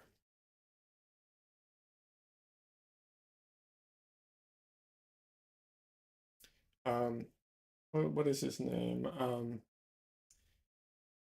There's a guy on YouTube who I follow who does that a lot for his plein air paintings. I can't remember his name right now. Um, I've mentioned him before, but I can't remember his name. That's annoying.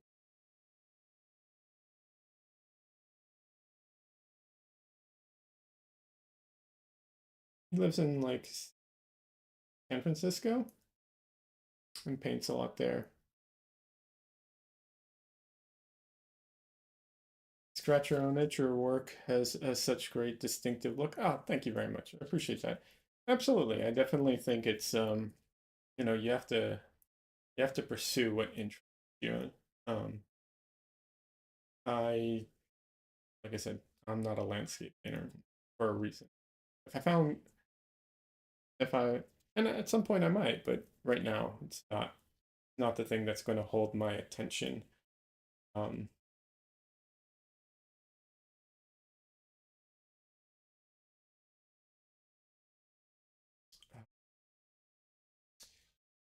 I'm trying to remember his name, but I can't. Chamberlain. Chamberlain. I can't remember his first name, but Chamberlain Paints or something like that. He does YouTube videos. He's a landscape painter. Uh, Found his videos because he has a bunch of videos on how to prepare panels, how he prepares panels. A, he is a carpenter, so he's got all the tools to do it. So a little. Uh, I watch and I'm like, okay, I don't have that tool, or that tool. That's great. But it's good to know, and some of it can be applied to other things.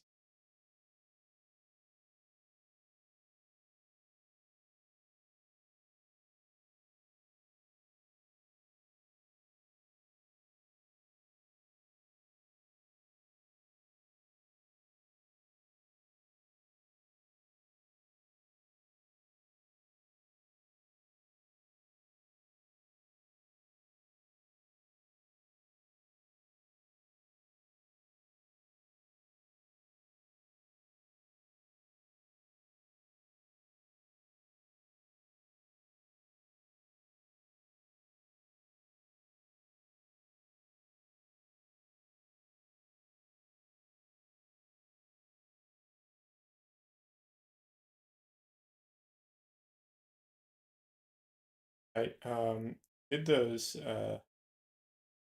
paintings that are like single uh single tone, single value, um, single value paintings. And aside from aside from the fact that I like those, I really like how they look. I think that's really cool.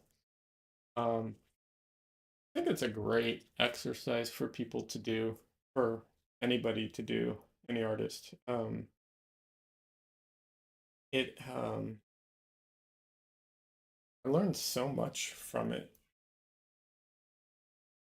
and a bunch of things that even though I'm not doing a single value painting right now, like some of that ends up transferring over to other paintings, which is always the case. But yeah, I found those to be very, very useful. And it's funny because until I'd seen Nicholas Uribe do it, I'd never heard of those. And I know he didn't invent it. I'm not, you know, I know other people came up have done it before, but I wish it was something that was more common.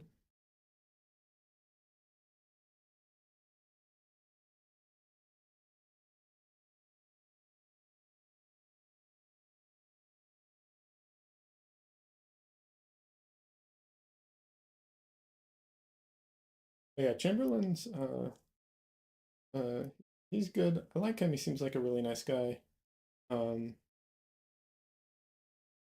his videos aren't the most like instructive. I don't think that's their intention generally, but you can definitely learn from him. And there's definitely some videos where he has more instructive aspects than others.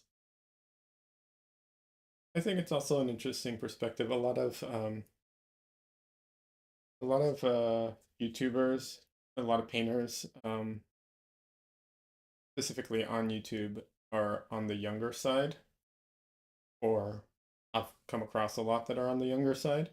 And there's absolutely nothing wrong with that. But um, he is, you know, generally older, and he has, that gives him a different perspective on things. He's talked about it a few times. He's had multiple careers, like, well, careers might not. He was a carpenter. He wanted to be a musician.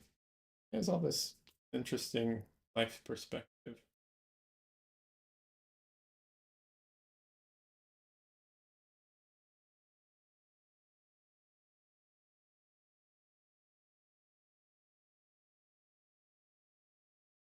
also interesting because his daughter is apparently super famous with the younger generations.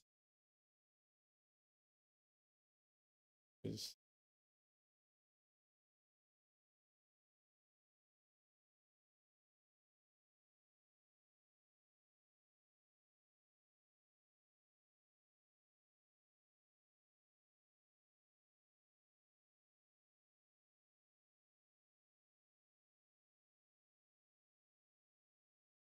right. So hit the 2 hour mark. Because of the delay, I'm gonna say I'm ending in a few minutes. Give time for anything that needs to be done to be done. Um, yeah, delay makes chatting kind of is what it is. But yeah, I'm gonna end soon. Uh, I will be painting on Wednesday night. Um, should start 8:30 uh Central Time. That's the goal. Um, we'll be working on this painting some more.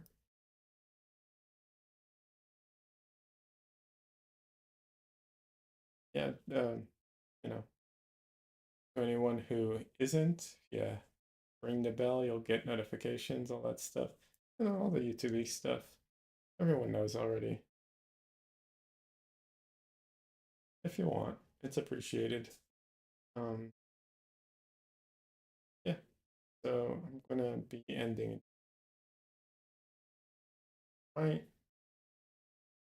need to lighten this area up a little.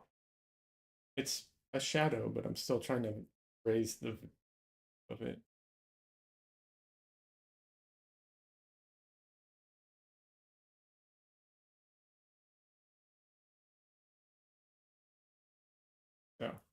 So, as always, thank you to anyone who in chat. Bluff Pie, Don Lee, Richard.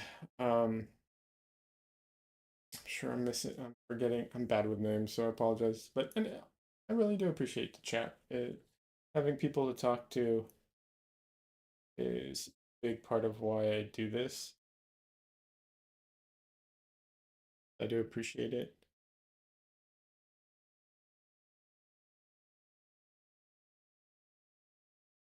And yeah, that's about it.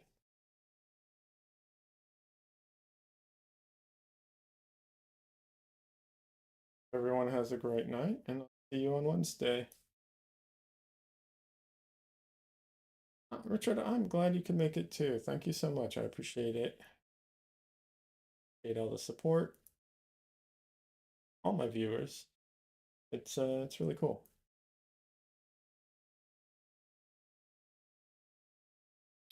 I appreciate Butterfly says we appreciate you streaming. Thank you very much. I appreciate that. So yeah. All right, everyone.